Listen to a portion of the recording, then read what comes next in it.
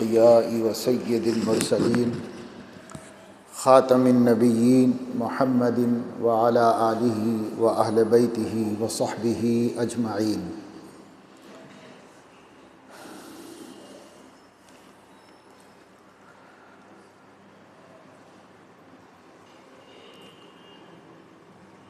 قال النبي صلى الله عليه وسلم: خير الناس من ينفع الناس، او كما قال صلی اللہ علیہ وسلم.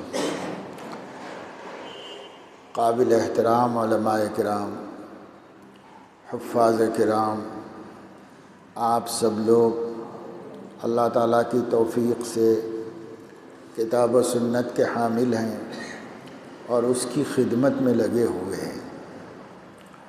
یہ اللہ تعالیٰ کا بڑا کرم اور اس کا بہت فضل ہے. ایک ایسے دور میں جب کہ دنیا مادیت کے پیچھے پڑی ہوئی ہے اور شب و روز دنیا اور دنیا سنوارنے کی سرگرمیاں ہیں، کسی کو اللہ اپنے دین اور اپنی کتاب اور اپنے نبی کی خدمت کا موقع دے اور اس میں وہ یکسوئی سے لگا رہے اور چکا چوند کر دینے والی دنیا اس کو متاثر نہ کرے، یہ بہت بڑی نعمت، بڑی توفیق اور بڑا فضل ہے اللہ تعالیٰ کا. ہمیں اللہ کی اس توفیق کا شکر گزار رہنا چاہیے. ہماری زبان ہمیشہ شکر سے رطب اللسان رہے اور کبھی ناشکری یا شکایت ہماری زبان پر نہ آئے. اللہ تعالیٰ کو شکر پسند ہے اور شکایت اللہ کو بالکل پسند نہیں ہے. اس لیے ہمیں شکر گزاری کے ساتھ اپنے کاموں میں لگے رہنا چاہیے. دوسری بات یہ ہے کہ جو حافظ قرآن، عالم دین، امام مسجد، مؤذن، معلم، دین کے کسی بھی کام میں لگا ہوا ہے، وہ نبی پاک صلی اللہ علیہ وسلم کا جانشین اور ان کا وارث ہے. نبی ان کاموں کے لیے بھیجے گئے تھے. یعلمہم الکتاب والحکمت ویزکیہم، ان کی ذمہ داری تھی، وہ یہی کام کرتے تھے. اور ان کے بعد جن لوگوں کو ان کاموں کی توفیق دی گئی ہے وہ ان کے قائم مقام قرار دیے گئے ہیں، کیونکہ اللہ تعالیٰ نے نبوت کا سلسلہ حضرت صلی اللہ علیہ وسلم پر مکمل کر دیا ہے. اور جب کوئی نبی نہیں آنا ہے تو دین تو باقی رکھنا ہے، اور دین باقی رکھنے کی ذمہ داری اللہ نے خود لی ہے. لیکن اللہ پاک تو دنیا میں آ کے یہ کام نہیں کرے گا. اللہ تعالیٰ غیب الغیب اور وراء الوراء ایک حقیقت قصویٰ ہے. اس لیے اللہ تبارک و تعالی شانہ دنیا میں بندوں کو استعمال کرتا ہے اپنے مقاصد کو پورا کرنے کے واسطے. اس لیے بقول حضرت شاہ ولی اللہ رحمہ اللہ کے کہ حفاظ قرآن حق تعالی شانہ کے اعضاء و ادوات ہیں. اللہ رب العزت کے گویا ہاتھ پیر ہیں. جیسے ہاتھ پیر سے ہم کام لیتے ہیں، اللہ اس سے منزہ ہے، مبرہ ہے. لیکن تمثیلاً یوں کہا کہ جیسے کسی کو اپنی چیز کی حفاظت کے لیے ہاتھ پیر استعمال کرنے ہوتے ہیں، اللہ نے حفاظ قرآن کو اور علماء دین کو اپنے اعضاء و ادوات بنایا ہے اور ان سے کام لے رہا ہے اللہ رب العزت. تو اللہ تبارک و تعالی شانہ سے اتنی بڑی نسبت ہم کو حاصل ہے، تو ہماری ذمہ داری بھی بہت زیادہ ہے. عام طور سے ایسا ہوتا ہے کہ کوئی کام اپنی حقیقت میں کچھ ہوتا ہے اور عرف میں کچھ اور بن جاتا ہے۔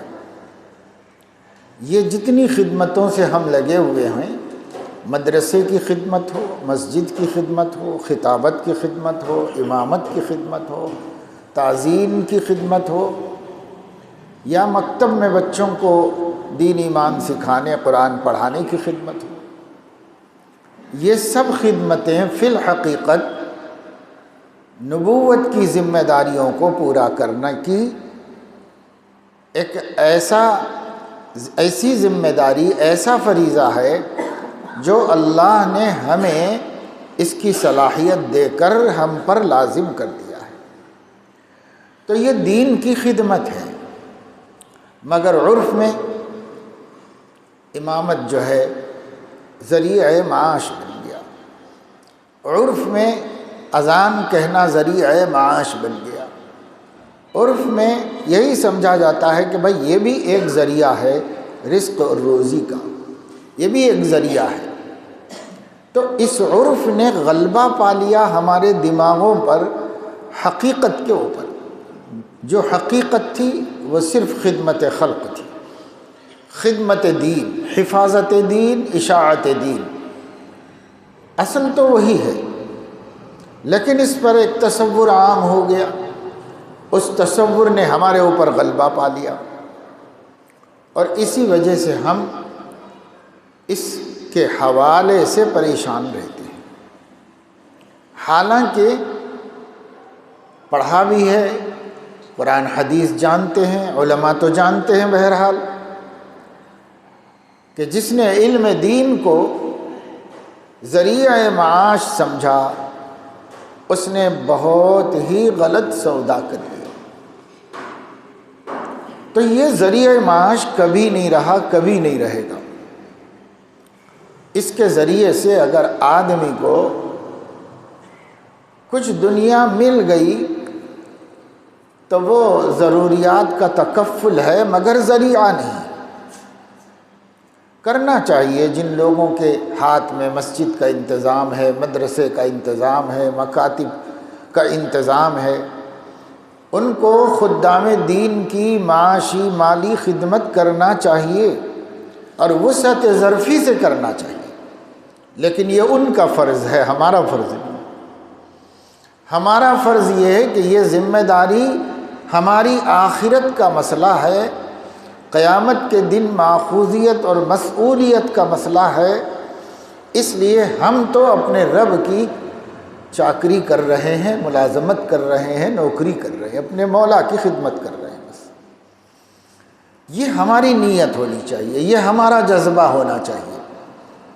ہاں کچھ لوگوں کے ذمے کچھ کام ہے، وہ ان کی فکر ہے، وہ کرتے ہیں تو کرنا ہی چاہیے، نہیں کرتے ہیں تو وہ بھی عند اللہ مسئول ہیں، وہ اللہ کے ہاں جواب دیں۔ لیکن ہمیں تو یہ کام اسی نیت سے کرنا چاہیے۔ جب یہ کام دین کی خدمات جب تک رضاکارانہ طور پر ہوتی ہے، اس میں برکت ہوتی ہے، تاثیر ہوتی ہے، اور اس کا اثر عمیق، گہرا اور وسیع ہوتا ہے۔ اور جب دین کی خدمات پیشہ وارانہ طریقے پر ہوتی ہیں، رضاکارانہ کے بجائے، تو اس کی تاثیر ختم ہو جاتی ہے، وہ بزنس ہو جاتا ہے، وہ کاروبار ہو جاتا ہے، اور اس میں برکت باقی نہیں رہتی۔ اس لیے ہم یہ نہیں کہتے کہ جو نذرانہ ملتا ہے وہ مت لو، یہ نہیں کہتے، لیکن ہم یہ کہتے ہیں اس کے لیے کام مت کرو، کام بس اسی کے لیے کرو کہ یہ میرے مولا کی خدمت ہے، میں خدمت میں لگا ہوا ہوں۔ اگر وہ کچھ عطا فرما دیتا ہے تو فبہا و نعمت، اگر نہیں تو اس کا کوئی غم بھی نہیں۔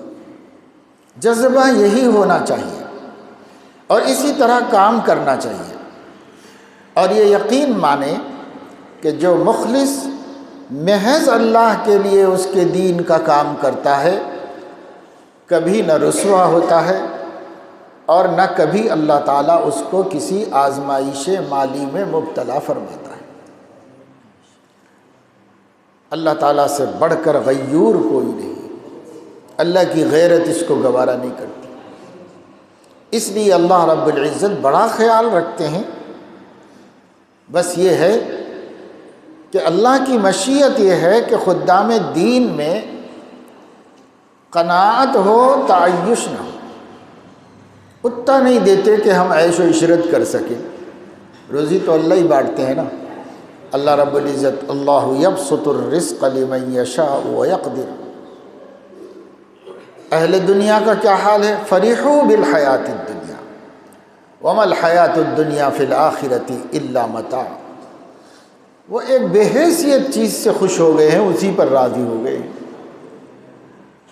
اور جو لوگ آخرت کے اجر کو، آخرت کے ثواب کو، جنت کی نعمت کو مقصود بنائے ہوئے ہیں، یہ وہ لوگ ہیں جنہوں نے بڑی چیز کو اہمیت دی ہے، معمولی اور فانی چیز کو اہمیت نہیں دی۔ تو یہ شعور دنیا والوں کو نہیں ہے، کیونکہ ان کے سامنے کتاب و سنت کا نور نہیں ہے۔ لیکن ہمارے سامنے کتاب و سنت کا نور ہے، تو ہمارا شعور تو یہی ہونا چاہیے۔ وَمَن لَّمْ يَجْعَلِ اللَّهُ لَهُ نُورًا فَمَا لَهُ مِن نُور۔ جس کو خدا نے کتاب و سنت کی اور ایمان کی روشنی نہیں دی، وہ ظلمات بعضها فوق بعض میں رہتے ہیں۔ ہم لوگ تو روشنی میں رہتے ہیں، اللہ نے روشنی دی ہے، دین کی، ایمان کی، سلامتی عقیدہ کی روشنی اللہ نے ہم کو دی ہے۔ اس روشنی میں ہم کبھی ایسی غلطی نہ کریں۔ کبھی ایسا ہوتا ہے، ایک مرتبہ حضرت علامہ انور شاہ کشمیری رحمۃ اللہ علیہ کی مجلس میں، جو اکثر علماء ہوتے تھے، اساتذہ دیوبند ہوتے تھے، طلباء ہوتے تھے، سب علم والے ہی مجلس میں ہوتے تھے، ایک صاحب آتے تھے، عصری تعلیم یافتہ تھے، کلین شیف تھے، اور وہ بھی کبھی مجلس میں آتے رہتے تھے، بیٹھتے رہتے تھے، اور وہ بڑے ذمہ دارانہ سوالات کرتے تھے حضرت سے، بہت سے مسائل پہ گفتگو کرتے تھے، کبھی ربا کے بارے میں کہ ملک میں ربا کی کیا حیثیت ہے، کبھی اس کے بارے میں، اس کے بارے میں۔ حضرت جو سمجھانا ہوتا، جو جواب دینا ہوتا، دے دیا کرتے تھے۔ ایک دن کسی نے حضرت سے کہا کہ حضرت اتنے زمانے سے آتے ہیں، بڑے بڑے گمبھیر سوالات کرتے ہیں، بڑی بڑی عالمانہ باتیں پوچھتے ہیں، اور ابھی تک ان کو داڑھی رکھنے کی توفیق نہیں ہوئی۔ تو حضرت کشمیری غصے میں آ گئے، ناراض ہوئے۔ حضرت نے فرمایا کہ بھائی وہ بیچارہ داڑھی اس لیے نہیں رکھتا ہوگا کہ داڑھی رکھ کر اس کی نوکری، اس کی آمدنی متاثر ہو جاتی ہے، اس ڈر سے نہیں رکھ رہا ہوگا۔ اور اگر میں نے داڑھی رکھی ہوئی ہے تو شاید میں بھی اسی لیے رکھا ہوا ہوں کہ اگر نہ رکھوں تو مجھے دارالعلوم میں پڑھانے کو نہیں بٹھایا جائے گا، مجھ سے بھی کوئی کام دین کا نہیں لیا جائے گا۔ تو وہ اپنی روزی کی مجبوری سے مڈاتا ہے، میں اپنی روزی کی مجبوری سے رکھتا ہوں، تو اب تعان اور طنز کرنے کا کیا سوال ہے بھائی کسی پر؟ ہر شخص اپنے اندر جھانک کے دیکھ لے۔ ظاہر ہے کہ حضرت کا یہ مقام نہیں تھا، لیکن معترض کو متوجہ کرنے کے لیے فرمایا کہ ذرا غور کرو، ہماری دینی خدمتوں کے پیچھے بھی کیا نیت ہے، ہماری ان سنتوں کے پیچھے بھی کیا نیت ہے، ذرا غور کر لو۔ بسا اوقات ان کی مجبوری اس شکل میں رکھی ہوئی ہے، ہماری مجبوری اس شکل میں رکھی ہوئی ہے ہم کو۔ تو خدا نخواستہ ایسا عام طور سے نہیں ہے، لیکن حضرت نے توجہ دلائی کہ بھائی ہر دین دار آدمی، دنیا دار آدمی کو حقیر نہ سمجھے۔ ہر بیشہ گما مبر کے خالیست، شاید کی دراں پلنگ خفتہ باشد۔ کوئی شیر سو رہا ہوگا، جنگل کو خالی مت سمجھو کہ ہر جنگل میں چلو آرام سے نکلو، آواز نہیں آ رہی کہیں سے۔ وہ سونے والا اٹھے گا، ایک دھاڑے گا تو تمہارے اوسان خطا ہو جائیں گے۔ اس طرح اہل دنیا اہل دنیا اہل دنیا سمجھ کر کسی کو حقیر نہ سمجھے۔ تعلق مع اللہ میں ہو سکتا ہے کہ بہت سے ایسے لوگ ہوں دنیا داروں میں جن کا اللہ سے تعلق ہم سے کہیں زیادہ مضبوط ہوگا۔ ہاں ان کے اندر کوئی خلاف شرع کام، دین کے خلاف کام، کوئی گناہ نظر آئے تو گناہ کو برا سمجھو، گناہ گار کو حقیر مت سمجھو، اس غلطی کو برا سمجھنا۔ یہ تو ایمان کا تقاضا ہے کہ غلطی کو برا سمجھا جائے۔ تو ہم لوگ، تیسری بات یہ ہوئی کہ ہم لوگ اللہ تعالیٰ کے کرم سے جو خواص کا طبقہ شمار ہوتے ہیں، امامت ہمارے قبضے میں ہے، محراب و منبر کے ہم وارث ہیں، اسٹیج پر ہم رونق افروز ہوتے ہیں، لوگ ہمارے سامنے ہاتھ جوڑتے ہیں، دعا کی درخواست کرتے ہیں، پانی دم کرواتے ہیں، عزت دیتے ہیں، تو ہم یہ نہ سمجھیں کہ یہ سب حقیر لوگ ہیں۔ اللہ کے بندوں کی عزت کرنا ہمارا کام ہے، سب کی ہمیں عزت کرنا چاہیے، اور سب اللہ کے بندوں کا احترام۔ بعض علماء شارحین حدیث نے لکھا ہے کہ نماز کے بعد امام کو جو مقتدیوں کی طرف پلٹ جانے کا حکم ہے، یعنی جن نمازوں کے بعد ذکر ہے، فجر و عصر کے بعد پلٹ کے بیٹھنے کا جو حکم ہے، وہ اس وجہ سے کہ اس شخص نے مقتدیوں کی طرف پیٹھ ایک مجبوری کی وجہ سے کی تھی، لیکن مجبوری ختم ہو گئی، تو اب مقتدیوں کو پیٹھ نہیں دکھاؤ، مواجہہ کرو، اپنا چہرہ ان کے سامنے کرو، کیونکہ یہ عزت ہے۔ تو اپنے مقتدیوں کی توہین نہ کرو، جب تک ضرورت ہے پیٹھ ان کی طرف ہے، اور جب ضرورت ختم ہو گئی تو امام ان کی طرف توجہ کرے، متوجہ ہو جائے ان کی طرف۔ تو یہ بھی ایک مصلحت علماء نے لکھی ہے۔ تو سب کا ہمیں اکرام کرنا ہے۔ آپ نے قرآن مجید میں پڑھا، وعظوں میں سنا، بیان کیا، اور اب بھی کرتے ہیں، جو خطیب ہے وہ بیان کرتے ہیں کہ کیا کہا گیا ہے اولاد کو ماں باپ کے بارے میں، وَاخْفِضْ لَهُمَا جَنَاحَ الذُّلِّ مِنَ الرَّحْمَةِ۔ یہ اولاد کو والدین کے حق میں سکھایا گیا، وَاخْفِضْ لَهُمَا جَنَاحَ الذُّلِّ مِنَ الرَّحْمَةِ۔ اور نبی پاک صلی اللہ علیہ وسلم سے امت کے بارے میں کہا گیا ہے، وَاخْفِضْ جَنَاحَكَ لِمَنِ اتَّبَعَكَ مِنَ الْمُؤْمِنِينَ۔ آپ اپنے بازوؤں کو اہل ایمان کے لیے بچھا دیجیے، تواضع اختیار کر لیجیے۔ جب نبی کے لیے یہ ہے تو ہم کیا ہیں کہ ہم اپنے ان کی امت کے مقابلے میں اپنے کو کوئی تعلی و ترفع کے دھوکے میں مبتلا ہو جائیں، تو ہمیں نہیں ہونا چاہیے۔ مومنین کے لیے رؤوف الرحیم بن جائیں، جیسے ہمارے نبی صلی اللہ علیہ وسلم حریص علیکم بالمؤمنین رؤوف الرحیم، تمہارے ایمان کے حریص ہیں اور رؤوف رحیم ہیں۔ ہر جانشین نبی اس امت کے لیے حریص ایمان اور رؤوف الرحیم ہو جائے، بہت مہربان شفیق ہو جائیں۔ چوتھی بات یہ ہے کہ اگر مدرس ہیں تو اپنے انداز تدریس میں شفقت کو غالب رکھے، رحمت کو غالب رکھے۔ بعض علاقوں میں، بالخصوص مہاراشٹر کے علاقوں میں، طلباء کو جابرانہ اور ظالمانہ انداز میں پڑھایا جاتا ہے۔ کئی مدرسے مہاراشٹر میں ایسے ہیں، ظلم کی حد تک پٹائی کر کے پڑھایا جاتا ہے بچوں کو۔ یہ معلم کی صفت نہیں ہے۔ معلم کی صفت ما ضربنی وما شتمنی وما لعننی، اللہ کے نبی نے مجھے کبھی مارا نہیں، کبھی برا بھلا نہیں کہا، لعنت ملامت نہیں کی، بس یہ کہا نماز میں باتیں کس نے کی تھی؟ میں نے کی تھی۔ اچھا تم کو نہیں معلوم ہوگا، اب نماز میں باتیں منع ہو گئی، آپ کی نماز نہیں ہوئی، نماز دہرا لو جا کر۔ بس یہ تعلیم کا طریقہ ہے، یہ تعلیم کا نبوی طریقہ ہے۔ اس میں بھی سنت کو اختیار کرنا ہوگا کہ طرز تدریس ہماری مسنون ہے یا نہیں ہے۔ داڑھی تو سنت کے مطابق ہے، لباس تو سنت کے مطابق ہے، مسواک کی سنت بھی ہے، نوافل کی سنت بھی ہے، سب سنتیں ہم نے اختیار کی، لیکن ہماری تدریس سنت کے مطابق ہے یا نہیں؟ تو سنت کے مطابق تدریس ہو۔ ہمارا بیان جو ہے سنت کے مطابق ہمارا بیان ہو، لوگوں کے لیے ہمارے وعظ میں خیر خواہی، ہمدردی، غم گساری شامل ہو،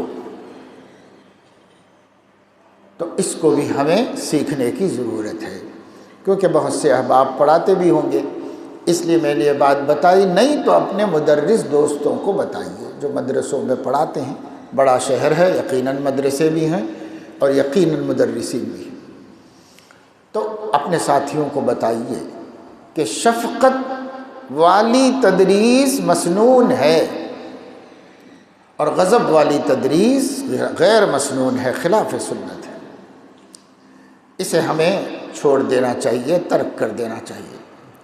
اور جب طالب علم پر غصہ آئے تو غصے میں سزا نہیں دینا چاہیے، کیونکہ سزا دینا ایک فیصلہ ہے، ججمنٹ ہے، اور فیصلہ غضب میں کرنا حرام ہے، اس لیے ہمیں اس وقت میں سزا نہیں دینی چاہیے اگر اپنے آپ پر قابو نہ ہو۔ حضرت شاہ وسیع اللہ صاحب رحمۃ اللہ علیہ فرماتے ہیں، ہمارے بچپن میں ایک حافظ جی تھے جو قرآن بچوں کو پڑھاتے تھے،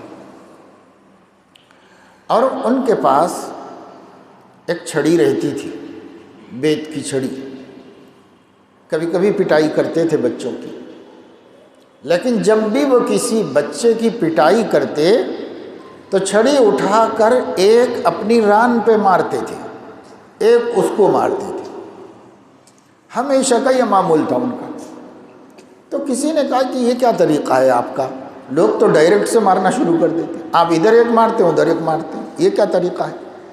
انہوں نے کہا کہ بچہ کم عمر ہے، چھوٹا ہے، میں پہلے ایک چھڑی یہاں مار کر اس کا پاور دیکھتا ہوں کہ یہ بچہ برداشت کر سکے گا یا نہیں، پھر اس کے حساب سے اسے ہلکا کر کے اس کو لگاتا ہوں، تاکہ قیامت میں یہ جب تولا جائے میرا مارنا اور اس کا ستانا، تو پھر اللہ کے ہاں میں ظالم نہ ہو جاؤں۔ نہیں تو ڈرنے والے دیکھو یہاں تک ڈرتے ہیں، یہاں تک ڈرنے والے ڈرتے رہے۔ اور واقعات تو شفقت کے ہمارے اکابر کے اتنے ہیں کہ بیان سے باہر ہیں، آپ کو تفصیل میں بتانے کی ضرورت نہیں، تھوڑا وقت ہے، کئی اہم باتیں ہونی ہیں، تو اس لیے بس اشارتاً اتنا کہہ دینا کافی ہے، ہر معلم کو، چاہے آپ میں سے کوئی ہو یا آئندہ اس کا موقع آئے، یا کم سے کم اپنی اولاد تو ہے ہی، ان کی تعلیم و تربیت کرنا ہی ہے، ان کے لیے بھی شفقت ہی ذریعہ تعلیم ہے، ذریعہ تربیت ہے۔ شفقت یہی ہر نبی کی شان ہے اور یہی ہر نبی کی خصوصیت ہے، اس لیے اپنی اولاد پہ بھی ظلم کرنا جائز نہیں، اپنی اولاد کو بھی ضرب مبرح حرام ہے، چوٹ آ جائے، نشان پڑ جائیں، زخم لگ جائے، ایسا دھول رسید کرنا بھی جائز نہیں۔ اولاد امانت خداوندی ہے، اللہ ان کے بارے میں ہم سے حساب لے گا، اس لیے اس میں بھی نہیں چلے گا ارے ہم باپ ہیں جو چاہیں کریں گے، نہیں، ماں بھی نہیں کر سکتی، باپ بھی نہیں کر سکتے، سب سے حساب ہوگا اللہ تعالیٰ کے پاس۔ تو اب لوگ کہتے ہیں بھائی سکھائیں کیسا، سختی نہیں کرے تو نہیں مانتے۔ کئی اساتذہ مجھے کہتے رہتے ہیں، چونکہ اب ہماری عمر زیادہ ہو گئی تو بہت اساتذہ تلامذہ میں ہیں، چھوٹوں میں ہیں، شاگردوں میں بہت اساتذہ ہیں، خود مدرسے میں ہم جوڑ کے سمجھاتے رہتے ہیں، تو بعض اساتذہ کہتے ہیں کہ حضرت بغیر سختی کے پڑھتے ہی نہیں بچے، کیا کریں، کرنا ہی پڑتا ہے، کرنے سے ہی پڑھتے ہیں، نہیں تو پڑھ ہی نہیں رہے۔ تو ہم ان کو جواب یہ دیتے ہیں کہ بھائی آپ کو پڑھانے کی ذمہ داری ہے اللہ کی طرف سے بھی، پڑھا دینے کی ذمہ داری نہیں ہے آپ کے اوپر، نہیں پڑھتے چھوڑ دیجیے، لیکن اپنے کو کیوں عند اللہ مجرم بنا رہے ہیں؟ اگر وہ شفقت سے پڑھ لیں فہو المراد، نہیں پڑھ لیں تو ہم ٹھیکیدار ہیں کیا ان کو پڑھا کے دینے کے؟ ہم ٹھیکیدار تو نہیں، ہم کیوں اپنی نبی کی سنت کو چھوڑیں، ہم کیوں اپنے سلف کے طریقے کو چھوڑیں، اللہ کے سنت کو کیوں چھوڑیں؟ اللہ کی سنت ہے الرحمن علم القرآن، اس لیے علامہ آلوسی نے لکھا کہ ہر معلم قرآن پہ رحمت کا غلبہ ہونا چاہیے۔ اب معلم، مکتب کے معلم ہی بہت ظالم غاصب ہوتے ہیں۔ الرحمن علم القرآن، رحمان نے قرآن پڑھایا ہے، اس کی توجیہ کر رہے ہیں کہ یا اللہ علم القرآن کیوں نہیں کہا گیا، اس میں جلالہ کا استعمال کیوں نہیں کیا گیا، رحمان کا کیوں کیا گیا؟ بندوں کو یہ بتانے کے لیے کہ معلم قرآن پر رحمت کا غلبہ ہونا چاہیے، شفقت کا غلبہ ہونا چاہیے، یہ بتانے کے لیے۔ تو ہمیں اس کو اختیار کرنا چاہیے، ہم کیوں چھوڑیں؟ آپ نے سنا ہوگا کہ ہارون رشید کے پاس ایک کوئی اور بادشاہ آ گیا تھا ملاقات کے واسطے۔ اس نے ایک آدھ وقت کسی کو آواز دی تو خادم نے آنے میں تاخیر کر دی، اور آیا تو ذرا سیدھے سے بات نہیں کیا۔ تو بعد میں اس بادشاہ نے کہا کہ صاحب آپ کیسے بادشاہ ہیں، آپ کے نوکر بدتمیز ہیں، وقت پکارتے ہی آنا چاہیے، ہمیشہ تیار رہنا چاہیے، اور آئیں تو ڈھنگ سے بات کرنا چاہیے، بادشاہ بادشاہ ہوتا ہے، یہ کیسے خادم آپ نے رکھے ہوئے ہیں؟ تو ہارون رشید نے کہا کہ ہاں مجھے بھی نظر آتا ہے، مجھے بھی سمجھ میں آتا ہے، لیکن کیا کروں، اگر میں ان کو مہذب بنانے کی کوشش کروں تو مجھے غیر مہذب بننا پڑتا ہے، اور اگر میں مہذب بن جاتا ہوں تو یہ غیر مہذب ہو جاتے ہیں، تو میں کیوں ان کے خاطر اپنی تہذیب بے تہذیبی کا داغ اپنے اوپر لگا لوں، اس لیے گوارا کر لیتا ہوں، برداشت کر لیتا ہوں۔ تو ایسا ہے کہ بھائی ہم کیوں عند اللہ مجرم ہوں؟ وہ پڑھتے ہیں، ان کی قسمت نہیں پڑھتے ہیں تو اللہ جانے بھائی ہم کیا کریں۔ لست علیہم بمسیطر ما انت علیہم بوکیل، ہے ہی نہیں تمہارے ذمے، ما علی الرسول الا البلاغ المبین، اتنا ہی ہے ہمارے ذمے۔ اس لیے شفقت کے ساتھ، دعاؤں کے ساتھ، حکمت عملی کے ساتھ، آسان تدبیروں کے ساتھ اپنے طلباء کو علم پہنچائیے، جو دولت اللہ نے ہمیں دی وہ دولت ان کو دے دیجیے۔ کبھی خیال ہوتا ہے کہ میں یہ ملی نہیں ہے یوں، قلب و جگر ہوئے ہیں خوں، کیوں کسی کو مفت دوں، میں میری مفت کی نہیں۔ معلم سوچتا ہے میں پٹ پٹ کے پڑھا، اس کو کیوں مفت میں پڑھاؤں، تو ایسے ہی اس کو بھی پڑھاؤں گا میں۔ تو ہم کہتے ہیں کہ بھائی دیکھو سبق لینے کے دو طریقے ہیں، ایک تو یہ کہ اگر ہم اتفاق سے ایسے معلم کے ہاتھ لگے جس نے مار مار کے حافظ قرآن بنایا، ہمیں پڑھایا، بہرحال جیسا بھی کیا پڑھا دیا، تو اب ایک صورت یہ ہے کہ ہم یوں سوچیں کہ اب میں جس کو پڑھانے بیٹھوں گا اسی کو دہراؤں گا، اور دوسری صورت یہ ہے کہ ہم یوں سوچیں جو تکلیفیں میں نے اٹھائی ہیں اپنے استاد سے، میری تدریس ایسی ہوگی کہ میرے طلباء ایسی تکلیف نہیں اٹھائیں گے۔ یہ ہم سوچ لیں کہ یہ بھی اچھا سبق لینے کا طریقہ ہے نا، اس سے بھی سبق لے سکتے ہیں، ایسا سبق بھی لے سکتے ہیں، ایسا سبق بھی لے سکتے ہیں۔ اور یہ جو اہل اللہ نے کہا نا کہ میں یہ ملی نہیں ہے یوں، یہ تصوف میں کہا ہے، تعلیم میں نہیں کہا ہے، یہ تصوف اور طریقت میں کہ تعلق مع اللہ اور نسبت مع اللہ کے لیے جو مجاہدے کیے ہیں اور جن مجاہدات اور ریاضات سے پیر صاحب نے گزارا ہے وہ معمولی نہیں ہے، دل زخمی کر دیا اور پاش پاش کر کے نفس کو ہمیں اللہ تک پہنچایا ہے، تو وہ میں کی بات ہے، یہ نہیں پڑھنے پڑھانے کی نہیں۔ یہاں تو نبی نے جیسے پڑھایا ہے ویسے ہی پڑھنا پڑھانا ہے اور اسی طرح دین پہنچانا ہے۔ اب اس کے بعد جو بات آپ حضرات سے کہنے کی ہے وہ یہ ہے کہ دین کے کام تو بہت ہیں اور سب ہو رہے ہیں ماشاءاللہ، پہلے کے مقابلے میں زیادہ ہو رہے ہیں۔ کیوں؟ اس لیے کہ پہلے کے مقابلے میں علماء بھی بہت ہیں، حفاظ بھی بہت ہیں۔ اگر آپ صرف 3 دہائی پہلے، 30 برس پہلے بیلگام کی مسجدوں کا جائزہ لیں گے تو پتہ چلے گا کہیں کہیں عالم اور ہر جگہ ایسے ہی حافظ، اور بعض جگہ حافظ بھی نہیں، اچھا قرآن پڑھنے والے امام، زیادہ نہیں 30 برس پہلے دیکھیے آپ، اور اس 30 برسوں میں خدا تعالیٰ نے ہر علاقے سے اتنے علماء تیار کیے، اتنے علماء کہ اب علماء کو مسجد نہیں ملتی تو تجارت کر رہے ہیں، مدرسہ نہیں ملتا تو کسی کام میں لگ گئے۔ یہیں سے کسی جگہ گیا تھا، وہاں بتایا گیا کہ بھئی یہاں مدرسہ نہیں ہے اور پڑھانے کے لیے کوئی جگہ نہیں ہے، علماء بہت ہو گئے ہیں، تو اردو میڈیم اسکول میں کوشش کر کے نوکری نکال کے ادھر پڑھا لے رہے ہیں، گوکاک میں یا کہیں کسی علاقے میں۔ وہاں کے مفتی صاحب نے خود بتایا کہ اب لوگ ایسا کر لے رہے ہیں، لیکن دین کی خدمت سے غافل نہیں ہے۔ الحمدللہ ہم لوگوں نے پورا اپنا حافظوں عالموں کا اتحاد بنا لیا ہے، اور اس اتحاد کے ذریعے قریہ قریہ مکتب قائم کر رہے ہیں۔ ہر گاؤں میں مکتب، ہر گاؤں میں مکتب، اسکول کے ٹائم جا کے پڑھا لیتے ہیں، تنخواہ کا وہاں سے بندوبست ہو جاتا ہے، اور یہ مکاتب جا کے عالم ہونے کی ذمہ داری ادا کر رہے ہیں، حافظ ہونے کی ذمہ داری پوری کر رہے ہیں، اس میں جا کے ہم یہ کر لے رہے ہیں۔ تو اس طریقے سے بھی کام ہو سکتا ہے۔ کام کرنا اگر اپنے من میں ہے تو کام ہوگا۔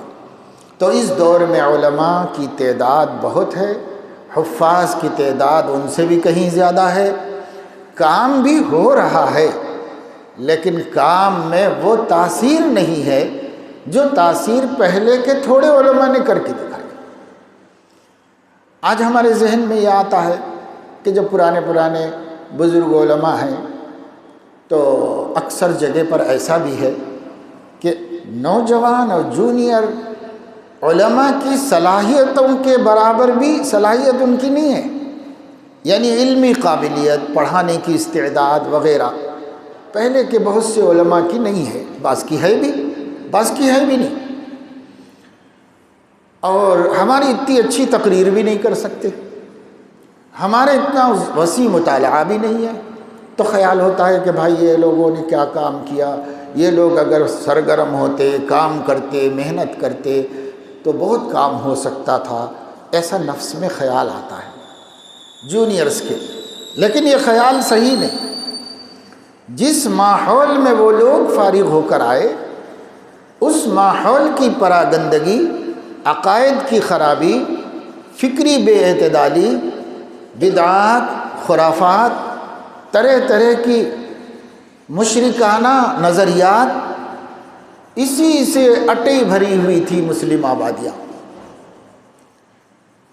ان حضرات نے جو کچھ کام کیا وہ یہ کیا کہ بد عقیدگیوں سے ہٹایا اور صحیح عقیدے ان کے سامنے پیش کیے، اور ان مسلمانوں کو مدارس کا تعارف کرایا، ان مسلمانوں کو علم حاصل کرنے کی ترغیب دی، اسی کی وجہ سے، اور دعوت و تبلیغ کا تعارف کرایا، اس میں لگنے کی ترغیب دی۔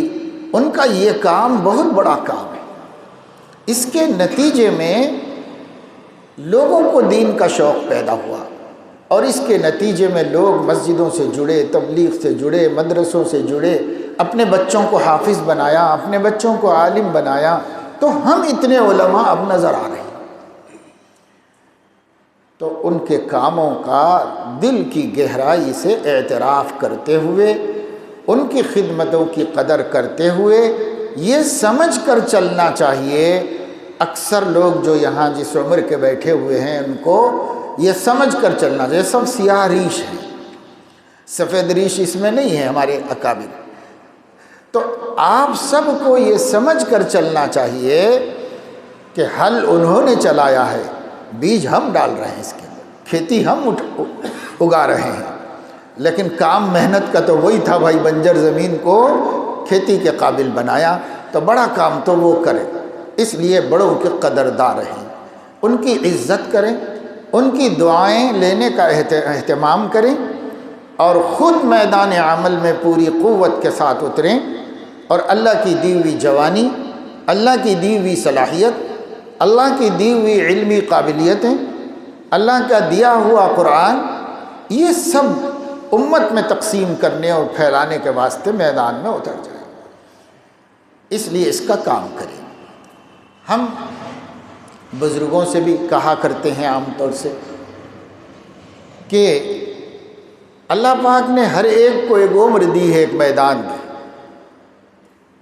جب ہم جوان تھے تو میدان ہمارا تھا، اب ہم جب بوڑھے ہو رہے ہیں تو ریٹائرمنٹ کا وقت ہے، پیچھے سے دوسرا آئے گا اور وہ میدان سنبھال لے گا۔ ہمارے ابا کے بڑھاپے میں ہم جوان تھے، ہمارے دادا کے بڑھاپے میں ہمارے ابا جوان تھے، دادا دنیا سے گئے تو انہوں نے ان کی جگہ لے لی، اب وہ دادا ہو گئے، والد دنیا سے چلے گئے تو ہم نے ان کی جگہ لے لی، ہمارے بچے پوترے ہمارے سامنے ہیں۔ اب جب ہم دنیا سے رخت سفر باندھیں گے تو یہ ہمارے بچے جو جوان ہیں یہ تو ہماری جگہ پہ آئیں گے اور ان کے بچے ان کی جگہ پہ آئیں گے۔ یہ ریت ہے، اللہ کا نظام ہے، اس سے ہم کوئی حسد نہیں کر سکتے، اس سے ہم کوئی اختلاف نہیں کر سکتے، کر کے بھی کیا کریں گے، یہی نظام ہے، یہی چلے گا۔ اس لیے سینئرز جونیئرز کی ہمت بڑھاتے ہوئے یہ کہیں کہ بیٹا آؤ اب ہمیں چھٹی دو اور تم لوگ سنبھالو۔ گھر میں جیسا ہوتا ہے نا کہ ساس جو ہے وہ باورچی خانہ، اقتدار، احکامات بہو کے ہاتھ میں دینا ہی نہیں چاہتی، حالانکہ اس سے ہو بھی نہیں رہا ہے کام، تب بھی وہ بہو کو اختیارات دینا ہی نہیں چاہتی۔ اگر ساس یوں کہے کہ بیٹا اب ہماری عمر ہو گئی، تم ہمارے گھر کی زینت بن کے آئی ہو، یہ چابیاں لو، یہ مطبخ لو، یہ پکاؤ، وقت پہ کھلاؤ، ہم لوگوں کی دیکھ بھال کر لو، ہمارا خیال دھیان رکھو اور یہ گھر تم سنبھالو، تو وہ اس کی باغی نہیں ہوگی اور ان کو اس سے کوئی تکلیف نہیں ہوگی۔ لیکن یہ بڑاپن ہو ہی نہیں سکتا، مرنے تک بھی میرے ہی ہاتھ میں سب رہے گا، تمہارے ہاتھ میں نہیں دیں گے ہم کچھ۔ اس کا نتیجہ ہے کہ جہاں ایسا ہے وہ گھروں میں سے چین ختم، سکون ختم، محبتیں ختم، سب ختم ان گھروں میں سے۔ اور جہاں ساس نے بڑا پن دکھایا اور بڑا پن دکھا کے کہا کہ بیٹا اب تیرا ہی ہے سب کچھ، میرا کیا، میں تو جا رہی ہوں دنیا سے، ٹائم دے دو، ہم ذرا وقت پہ قرآن پڑھ لیں گے، اللہ کا ذکر کر لیں گے، نمازیں پڑھ لیں گے، اللہ کو یاد کر لیں گے، ہم موت کی تیاری کرتے، تم لوگ ذرا ہماری راحت کا خیال کر لو، بس کہ ہمیں تکلیف نہ دو، راحت کا خیال کر لو، باقی سب تمہاری دنیا ہے بھائی، ہم تو چھوڑ کے ہی جا رہے ہیں۔ یہ دل بڑا کرنا ہے، یہ جیسے دل بڑا کریں گے اور بڑے پن کا اظہار کریں گے تو پھر ایسے گھر میں جھگڑے نہیں ہیں، امن و امان ہے، خوشی ہے، خدمتیں ہیں، راحتیں ہیں، وہ ماں ماں کر کے اس کی خدمت کر رہی ہے اور وہ بیٹی بیٹی کر کے اس کو خوش رکھ رہی ہے۔ یہی ایک مثال ہے سب کی سمجھنے کی۔ یہی اگر مسلم سماج میں سینئرز جونیئرز کے ساتھ کریں کہ دل بڑا کر کے یہ کہیں کہ بیٹا ہمارے سامنے تم کھیلے پلے بڑے، ماشاءاللہ اب عالم دین ہو کے آ گئے، اب تم کام کرنے کے لیے لو، یہ میدان تمہارے لیے ہے اور ہمیں چھٹی کرو کہ ہم اب اپنے اللہ کو یاد کر کے دنیا سے چلے جائیں، ہمارا خیال دھیان رکھ لو اور یہ میدان امت کی خدمت کا تمہارے ہاتھ میں، تو چھوٹے بڑوں کی عزت کریں اور بڑے چھوٹوں کے اوپر شفقت کریں۔ اس لیے ایک جگہ بزرگوں کا اجتماع تھا تو میں نے وہاں پر کہا کہ دیکھیے ایک شکایت ہے لوگوں کو، عام حضرات سے بھی گزارش ہے، یہ نوجوانوں کی من مانی سے کرنے والوں سے بھی گزارش ہے کہ وہ بڑوں کو نظر انداز کر کے کام نہ کریں، اور بڑوں سے بھی گزارش ہے کہ وہ آسمان ہیں لیکن آسمان جھک کر زمین سے ملتا ہے، کہیں بھی آپ کھڑے ہو کے دیکھیں گے تو آسمان ایسے پلٹ کے آ کے زمین سے لگتا ہوا نظر آئے گا۔ تو یہ اردو کی ایک اصطلاح ہے، آسمان جھک کے زمین سے ملتا ہے، زمین چڑھ کے آسمان سے نہیں ملتی، آسمان جھک کے زمین سے ملتا ہے۔ تو بڑے اگر ایسا کریں اور چھوٹے بڑوں کو بڑا مان لیں تو پھر انشاءاللہ خوب کام ہوگا، بہت کام ہوگا۔ آپ لوگ اکثر نوجوان ہیں، اس لیے آپ لوگوں سے یہ کہنا ہے اپنے علاقے کے بزرگوں کا احترام کرتے ہوئے، انہیں بھرپور عزت دیتے ہوئے، ان کی سنگلاخ زمین پر کی گئی قربانیوں، ایثار اور مجاہدوں کا اعتراف کرتے ہوئے، ان کی دعائیں لیتے ہوئے آپ میدان کو اپنے ہاتھ میں لو اور اب آپ ہی کو کام کرنا ہے اور آپ ہی کو امت کو سنبھالنا ہے۔ تو امت کو سنبھالنے کا طریقہ بڑوں کی نگرانی میں آ جائے تو بڑے نہیں رہیں گے، ہمیں ایک دن بڑا بننا پڑے گا۔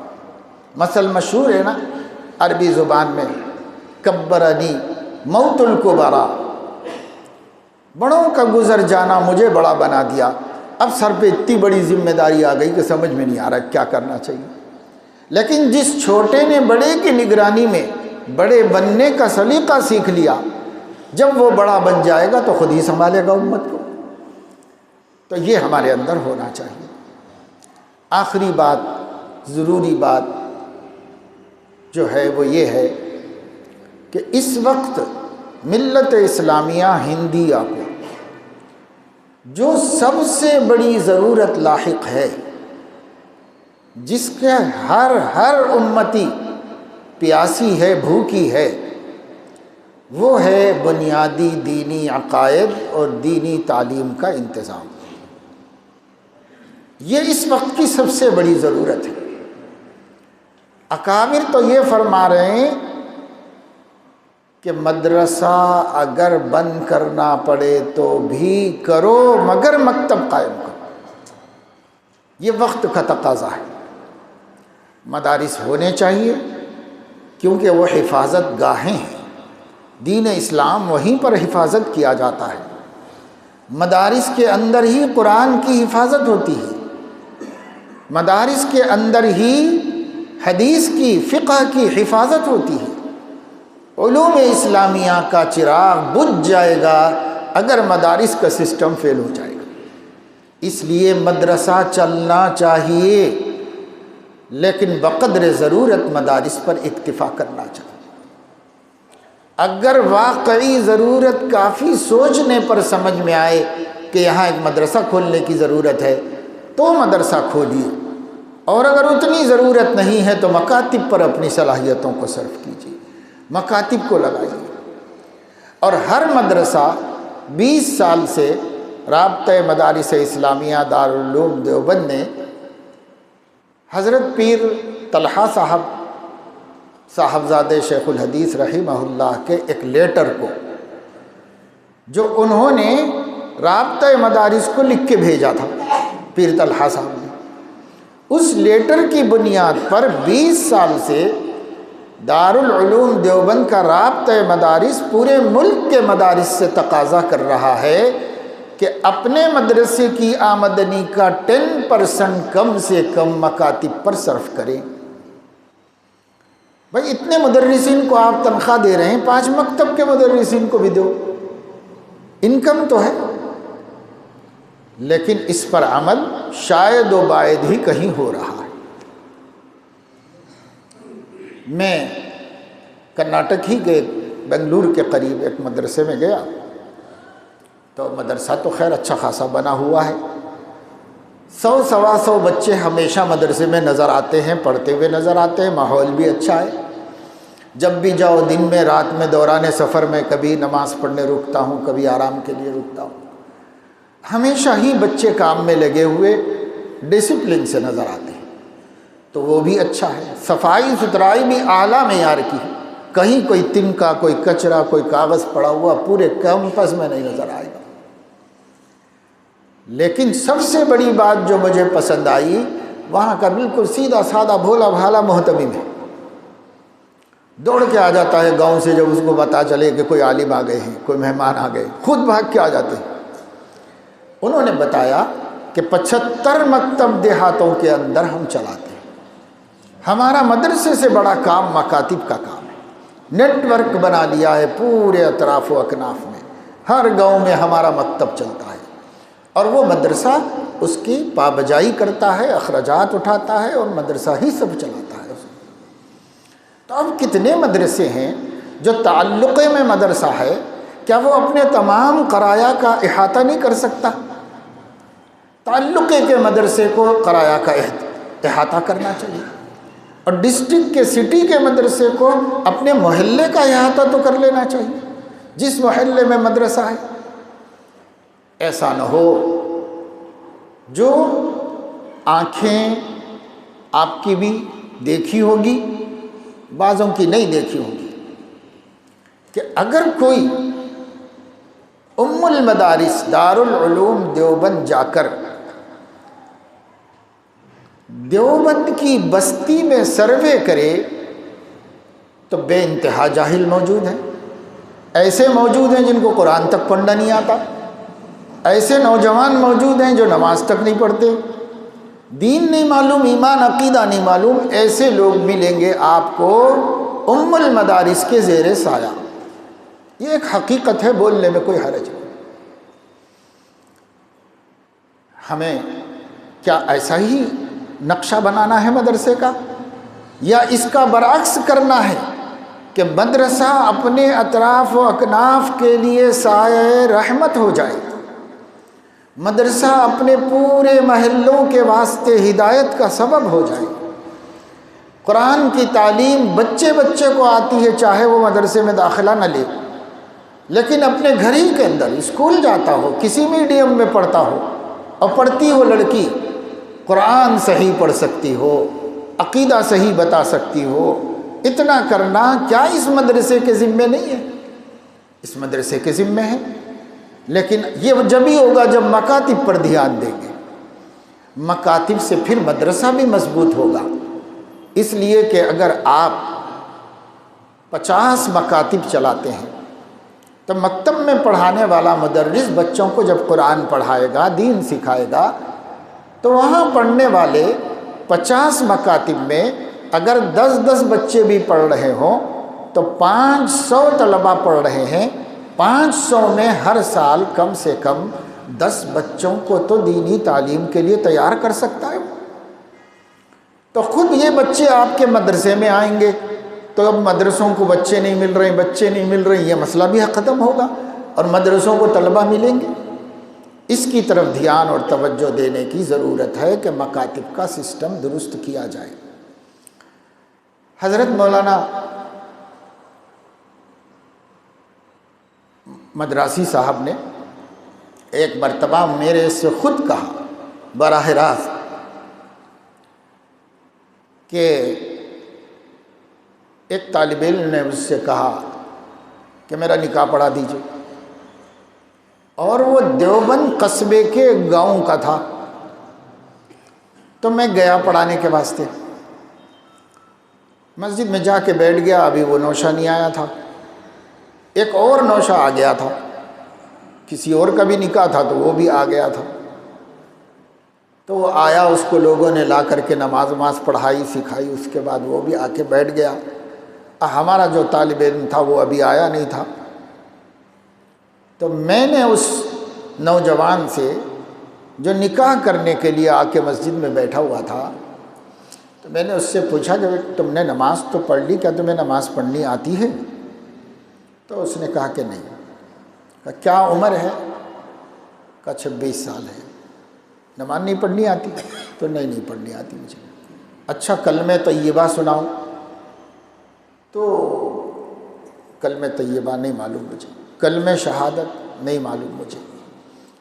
حضرت نے فرمایا کہ میں نے سوچا کہ نکاح تو ہونے جا رہا ہے، اس کو ابھی تک کلمہ بھی نہیں معلوم ہے، لہذا کم سے کم جب تک کلمہ پڑھا کے اس کا ایمان تو درست کریں.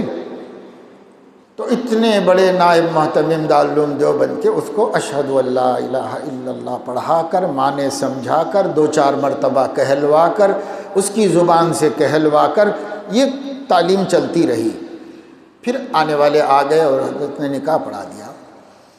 تو یہ ہم کسی کی تنقیص نہیں کر رہے ہیں، ہم یہ بتانا چاہ رہے ہیں کہ اگر ہماری فکریں کم ہو جائیں گی اور ہم ذمہ داریوں کا احساس نہیں کریں گے تو ہم اپنے علم پر ناز کرتے رہیں گے، اپنے عالم اور حافظ قرآن ہونے پر فخر کرتے رہیں گے، لیکن ہمارا یہ علم کا فیضان اور امانت دوسرے تک منتقل نہیں ہوگی.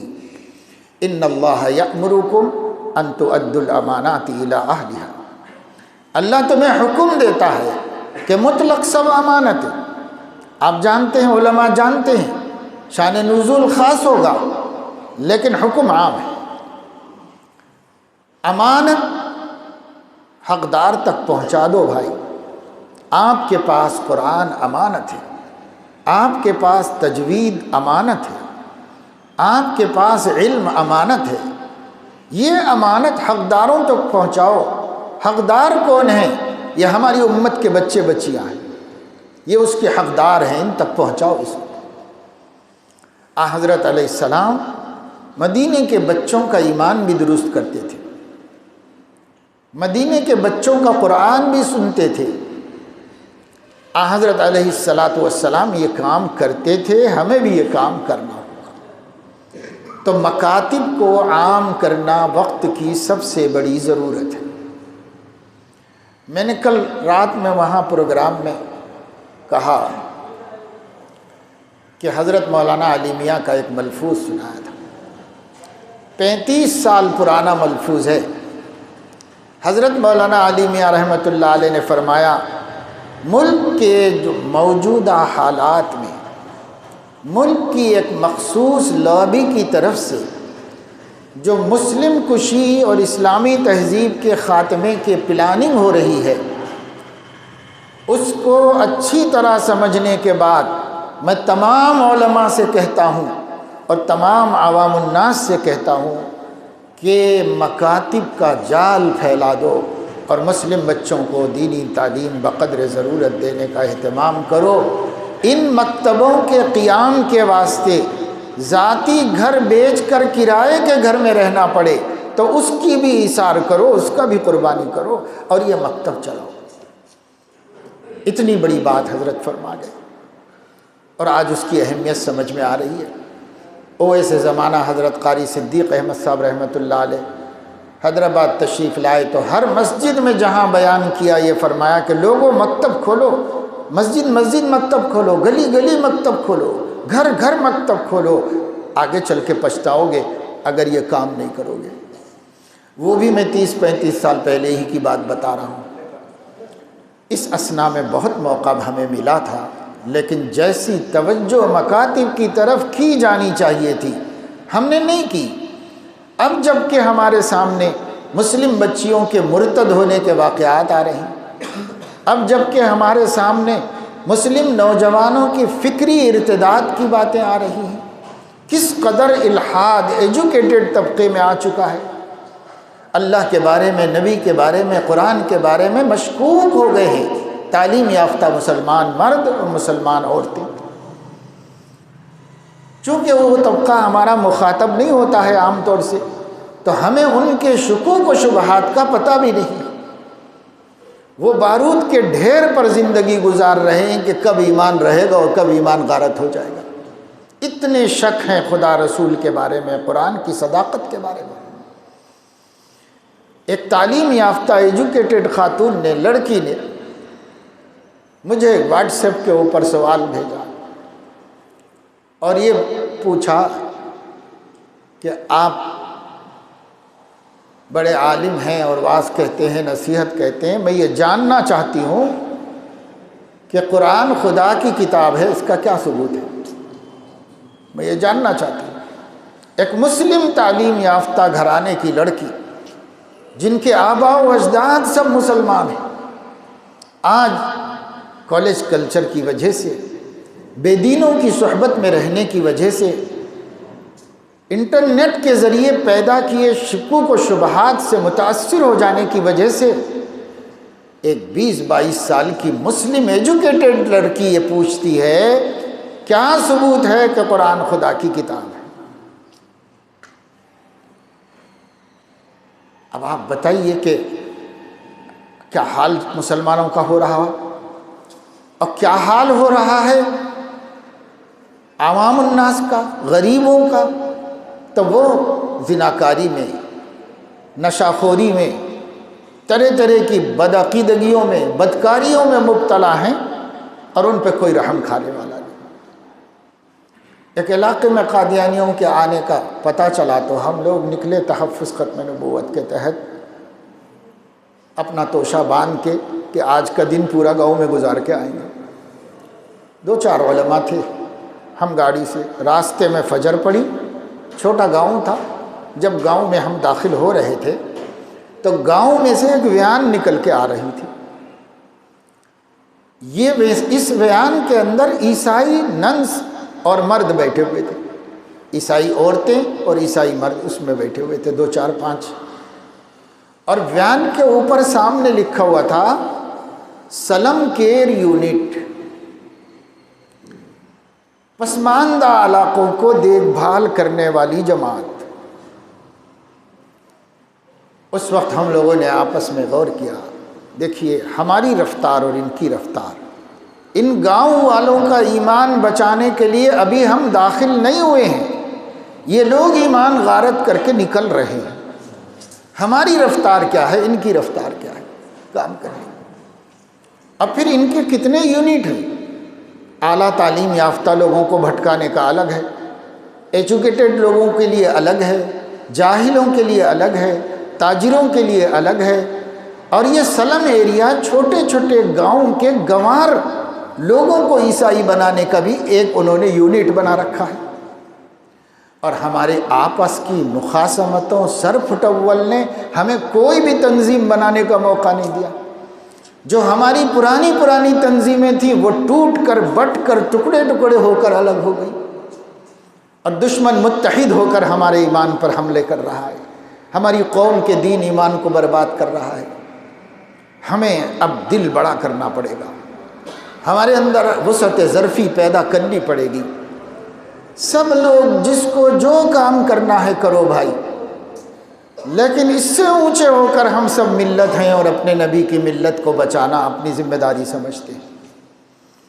اس لیے آپ بھی سلم کیئر یونٹ بنائیے، علماء بنائیے، کام کرنے والے کر رہے ہیں، بہت سی جماعتیں کر رہی ہیں، دعوت و تبلیغ کا کام بھی ہے، جماعت اسلامی کا کام بھی ہے، سب لوگ اپنے اپنے نہج سے کر رہے ہیں، ہم کسی کے جواب دہ نہیں۔ علماء خود ایک معمور قوم ہیں اللہ کی طرف سے، لَتَأْمُرُنَّ بِالْمَعْرُوفِ وَلَتَنْهَوُنَّ عَنِ الْمُنْكَرِ أَوْ لَيُوشِكَنَّ اللَّهُ عَذَابًا مِّنْ عِنْدِهِ۔ آپ ایک اللہ کے معمور جماعت ہیں، آپ لوگ بھی اپنے یونٹس بنائیے، یہ فلاں اتنے 5 علماء، ان کو دیہاتوں کی ذمہ داری دیجیے، یہ 5-10 علماء کی ایک جماعت ہے، انہیں مکاتب کی ذمہ داری دیجیے، 10 علماء کی ایک جماعت بنائیے، ان کو باطل فرقوں کی سرگرمیوں پر نظر رکھنے کی ذمہ داری دیجیے، 10 علماء کی ایک جماعت بنائیے، مستورات کے چھوٹے چھوٹے اجتماع کر کے ان لوگوں کو عقیدہ اور عمل پر توجہ دلانے کی ذمہ داری دیجیے۔ ہر کام کے لیے ایک یونٹ بنائیے، ہر کام کے لیے ایک یونٹ بنائیے، اور پھر وہ تمام یونٹ کی یونٹی بنائیے۔ اپنے کسی سینئر بزرگ، شہر میں ماشاءاللہ کئی اللہ والے موجود ہیں، ان کے ساتھ مہینے میں 1 مرتبہ یہ سب یونٹس بیٹھ جائیں کسی مسجد میں، اپنی اپنی رپورٹ سنائیں کہ مہینہ بھر میں انہوں نے اپنے فیلڈ میں کیا کام کیا، کیا کامیابیاں ملی اور کہاں ناکام ہو گئے، کیا مشکلات پیش آئیں، اس کا وہ مذاکرہ کریں، اس مذاکرے میں اس کے حل پر غور کیا جائے، اور پھر یہ سنائیں، پھر یہ سنائیں، پھر یہ سنائیں۔ ہمارے علاقے میں ایک چھوٹے سے قصبے میں علماء نے اس ترتیب پر کام کیا، قصبہ چھوٹا سا ہے لیکن اس کے تحت بہت سے دیہات ہیں، ان لوگوں نے اپنے کو مرتب کر لیا، جتنے ہیں، کبھی ایسا ہوتا نا ہر آدمی ہر کام کر رہا ہوتا، اس کے بجائے کچھ لوگ اس کام کے لیے، کچھ لوگ اس کام کے لیے، اور سب ایک دوسرے کے معاون و مددگار۔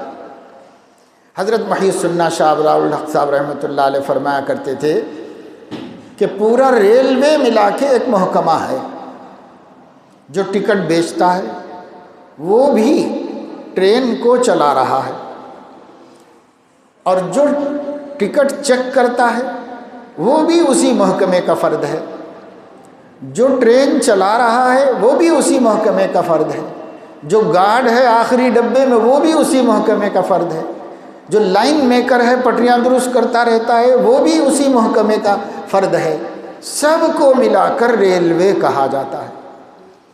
اگر اس میں سے کوئی یہ کہے کہ ارے وہ کام کیا کر رہے ہو، یہ ضروری کام ہے، اس کو وہاں سے اٹھا کے یہاں لے کے آئے گا تو یہ ٹرین کا ایکسیڈنٹ ہو جائے گا اور ذمہ دار یہ بے وقوف بنے گا۔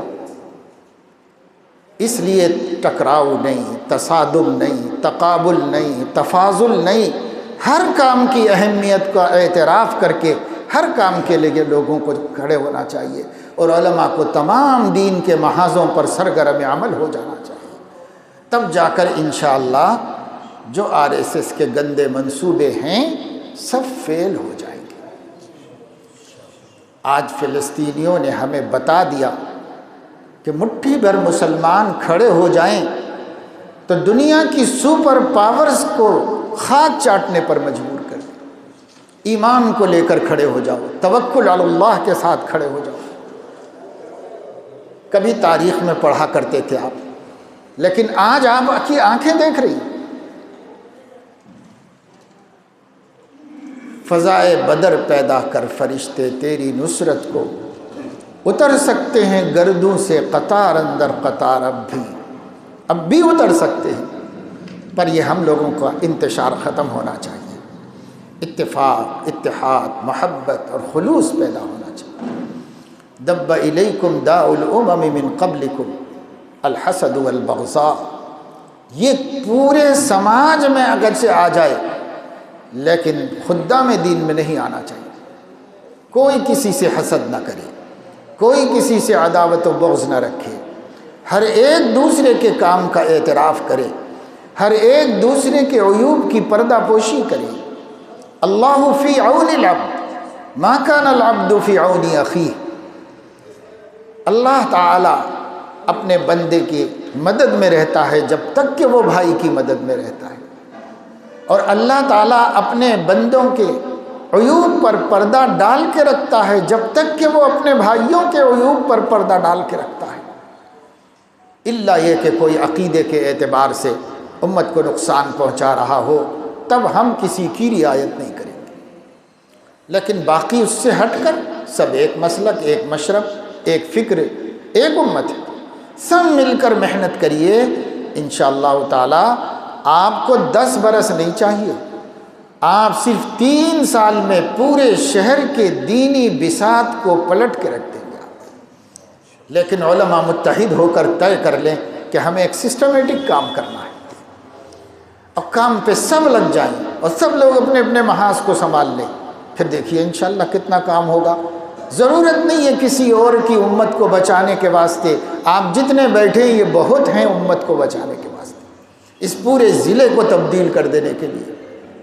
اللہ پہ بھروسہ کرو، ایک بندہ اللہ نے کھڑا کیا تھا، اگرچہ کہ نبوت کی قوت کے ساتھ کھڑا کیا تھا، لیکن اللہ نے بتایا پورے مخالف ماحول میں ایک بندہ کھڑے ہو کر سمپلی سادگی کے ساتھ اپنی بات کہتا تھا، یا ایھا الناس قولوا لا الہ الا اللہ، بس ایک ہی بات، کوئی جھگڑا نہیں، کوئی بحث نہیں، کوئی تکرار نہیں، لا الہ الا اللہ، کہو لا الہ الا اللہ۔ مشرکین نے 5 دفعہ، سیرت میں ہے میں تفصیل میں نہیں جاتا، 5 دفعہ مشرکین نے آپ کے ساتھ بیٹھک کی اور مختلف مطالبے آپ سے کیے کہ اگر آپ سچے نبی ہیں تو یہ مکے کی سرزمین جو ہے اس میں کوئی پیداوار نہیں ہوتی، اس کو ہری بھری کر کے بتا دو، اگر آپ سچے نبی ہیں تو اپنے خدا سے بول کر یہ پہاڑوں کو پیچھے ہٹاؤ تاکہ ہم بڑا شہر بسا سکیں اس کے اندر، اگر آپ سچے نبی ہیں تو یہ کر کے دکھاؤ، آپ یہ ہیں تو یہ کر کے دکھاؤ۔ جب وہ اپنی بات کہتے حضور غور سے سنتے تھے، جب ان کی بات پوری ہو جاتی تو کہتے تھے کہ یہ تو اللہ کا کام ہے، اور میرا کام یہ ہے کہ میں تم سے کہنا چاہتا ہوں کہ میری دعوت قبول کر لو، دنیا آخرت میں کامیاب ہو جاؤ۔ 5 دفعے یہی جواب دیا، اب 5 دفعے نئے نئے فارمولے آئے، ہر دفعے یہی ایک جواب دیا۔ تو ہمیں اپنی بات کہنا ہے، ہمیں اپنی بات پہنچانا ہے، ہمیں اپنا رونا روتے رہنا ہے، ہمیں اللہ کی طرف بندوں کو بلاتے رہنا ہے، لوگ کچھ بھی کہتے رہیں ہم اپنا کام کرتے رہیں گے تو کامیابی ملے گی۔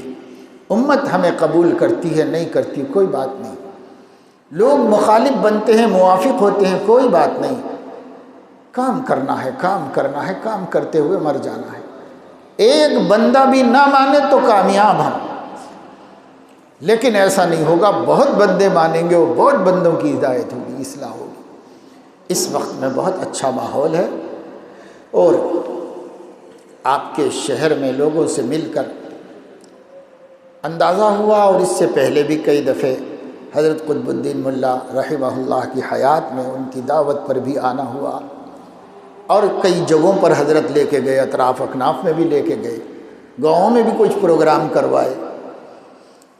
اس وقت سے بھی میرا تأثر یہ ہے کہ یہاں کے مسلمانوں کے قلوب میں رعونت اور استکبار نہیں ہے۔ ہمیں محنت کرنے کی ضرورت ہے، مزاجوں کا رعایت کرتے ہوئے، خیال کرتے ہوئے ان کو سمجھانے کی ضرورت ہے، ان کے دل میں بات ڈال دینے کی ضرورت ہے۔ یہ ہم نہیں کر رہے ہیں۔ اگر ہم یہ کریں تو یہ بندے سب کے سب اللہ کے دین کے لیے کھڑے ہو جائیں گے انشاءاللہ۔ ایسے ہیں، تھوڑے بہت ہوں گے خر دماغ، تو کہاں نہیں ہوتے، ہر جگہ ہوتے ہیں، مدینے میں بھی تھے، ہر جگہ ہوتے ہیں، ان کو چھوڑ دیجئے، منافقین کو۔ باقی جو بھولے بھالے مسلمان ہیں نا، بس ان کی سادگی اور بھولاپن ان کو ارتداد و الحاد کی طرف لے جا رہا ہے۔ ہماری رہنمائی ان کو روک لے گی اور ان سے ہی رستے پہ کھڑا کر دے گی۔ تو مکاتب کی طرف خصوصی توجہ دیجئے، اور مکاتب جو چلائیں گے ان مکاتب کو بہت سی اصطلاحات سے چلایا جا رہا ہے۔ دینیات کے مکاتب ہیں تو وہ لوگ کہتے ہیں منظم مکاتب، کچھ اصول و ضوابط و شرائط ہیں، اچھے ہیں، اور اس سے چل بھی رہے ہیں بہت سے۔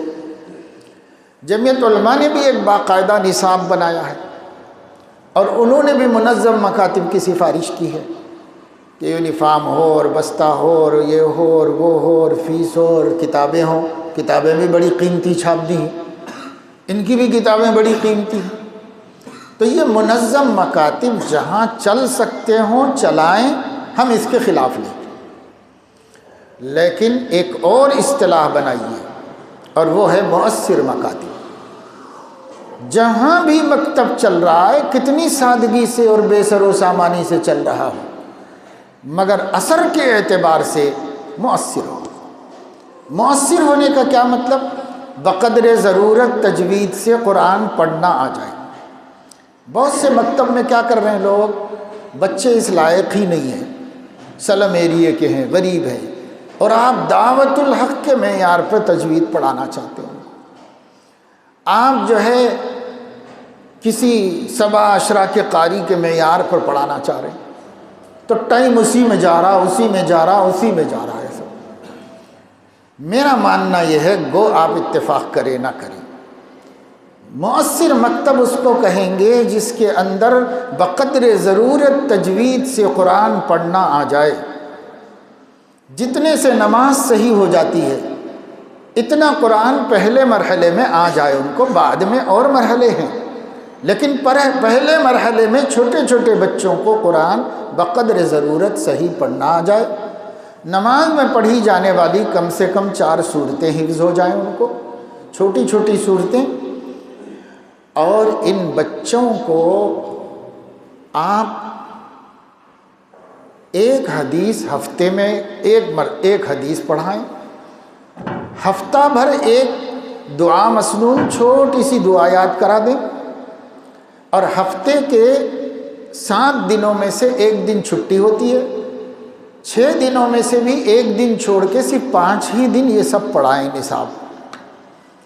اور ایک دن ایسا رکھیں جس میں بچوں کو لے کے بیٹھ کر ان کے سامنے قصص القرآن کی روشنی میں عقائد ایمانی سمجھائیں، کہانی کے ٹائپ میں سنائیں، عالمانہ طریقے پر نہ سنائیں، واعظ بیان نہ ہو جائے۔ جیسے بچے کہانیاں سنتے ہیں، بہت شوق سے سنتے ہیں، اور جو کہانی سنتے ہیں من و عن اپنے ذہن میں بٹھا لیتے ہیں بچے۔ آپ قرآنی واقعات بالکل کہانی کے ٹائپ میں، ان کی بولی میں، ان کے انداز میں ان کو بولیے۔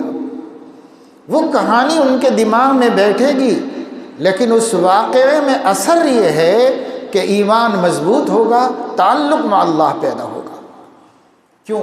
اللہ تعالیٰ نے قرآن مجید میں فرمایا ہے کہ ہم نے یہ جو قصے اتارے ہیں قرآن میں، یہ جو واقعات اور قصص ہم نے قرآن میں اتارے ہیں، نقص علیک من انباء الرسل، کاہے کے واسطے؟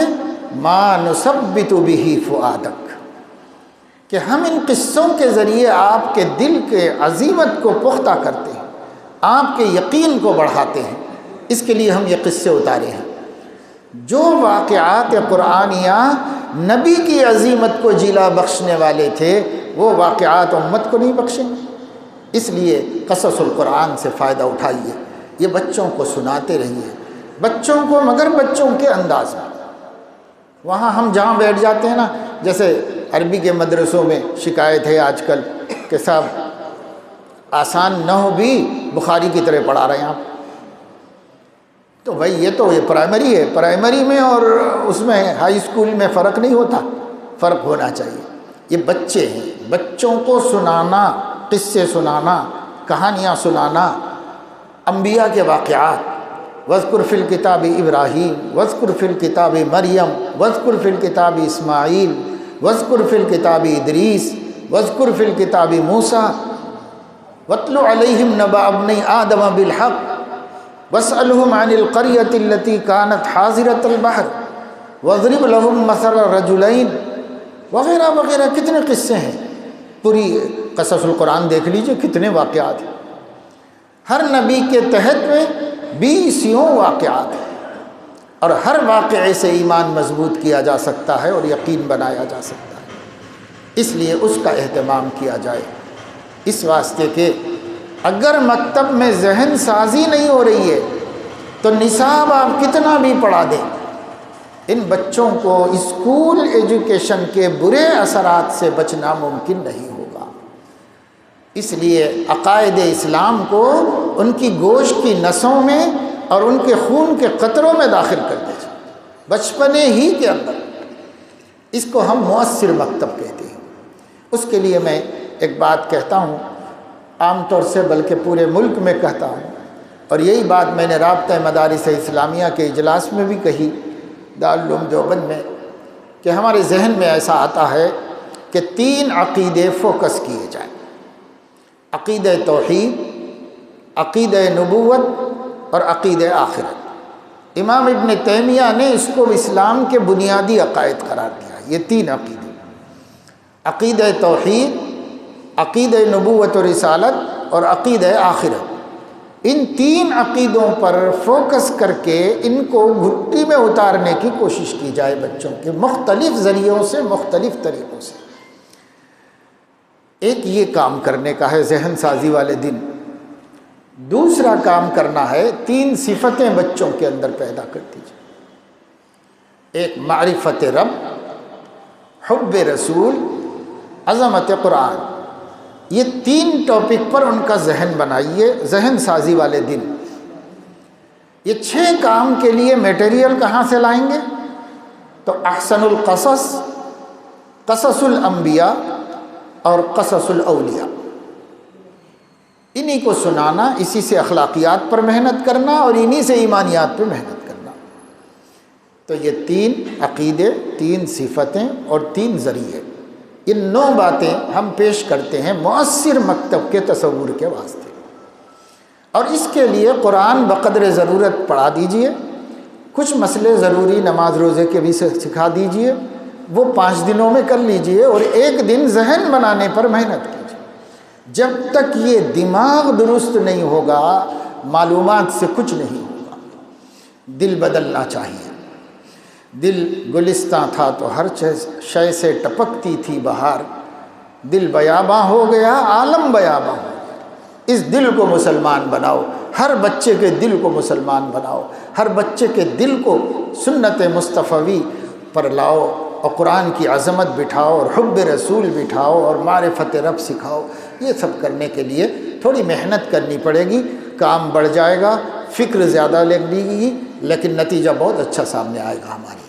اللہ تعالیٰ اپنے فضل و کرم سے ہمیں توفیق عمل نصیب فرمائے، اور یہ ہمارے نوجوانوں نے جو کوشش شروع کی ہے، جگہ جگہ بقدر ضرورت مکاتب کی، اپنی طاقت بقدر شیوع کی، اور آپ سب لوگ بھی کر رہے ہیں کام یہ، اس لیے اس موقع پر ان کی دعوت پر ہمارا آنا ہوا اور آپ لوگوں سے گفتگو کرنا ہوا، پہلے کی جو باتیں تھیں وہ کامن تھیں، مذاکرے کی ضرورت تھی اس لیے کر دی۔ آخری جو بات میں نے کی یہ اصل موضوع ہے، اس کو توجہ دیجئے، دھیان دیجئے۔ آج کسی بھی محنت کی، حتیٰ کہ لوگ کھانے کو نہیں ہے تو کھانا پہنچانے کی ضرورت سے بھی زیادہ مکتب کی ضرورت ہے۔ مکتب کی ضرورت ہے۔ ایمان کیسے بچے؟ ایمان اور قرآن ان سے جوڑ دینا ہے اس امت کو۔ اس کے لیے باتیں تو بہت ہیں، لیکن بس آپ جیسے اہل علم کو، اہل خدمت کو اتنا کافی ہے اور بہت کافی ہے۔